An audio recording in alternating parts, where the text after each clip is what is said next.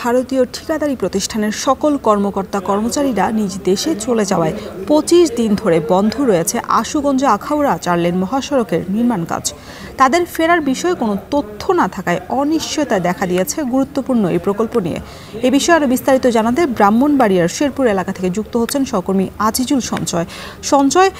মহাসড়কের নির্মাণ কাজটি খুব দ্রুত সময়ের মধ্যে আবার শুরু করা সম্ভব হবে কিনা এবং এখন যেহেতু বন্ধ আছে নির্ধারিত সময়ে কাজটি শেষ হবে কিনা কি বলছেন সংশ্লিষ্টরা? রোশন,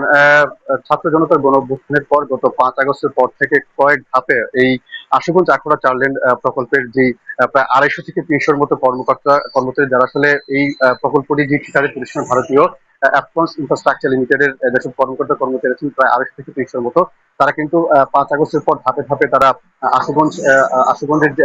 আখাউড়া স্থলবন্দরের চেকপোস্ট দিয়ে কিন্তু তারা নিজ দেশে চলে যান, যার ফলে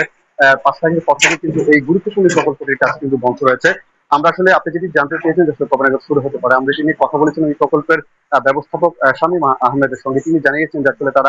তারা নিজেরাও কিন্তু আসলে এখন বলতে পারছেন না কবে নাগাদ এই প্রকল্পের কাজটি শুরু হবে, যেহেতু আসলে এই পুরো প্রকল্পের কাজটি যেহেতু ভারতীয় ঠিকাদারি প্রতিষ্ঠান করছে,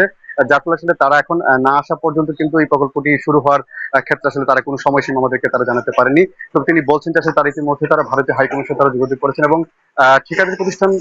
যে প্রতিষ্ঠানে যেসব কর্মকর্তা কর্মচারী আসলে যারা ভারতে চলে গিয়েছেন তাদেরকে আসলে এই মুহূর্তে কিন্তু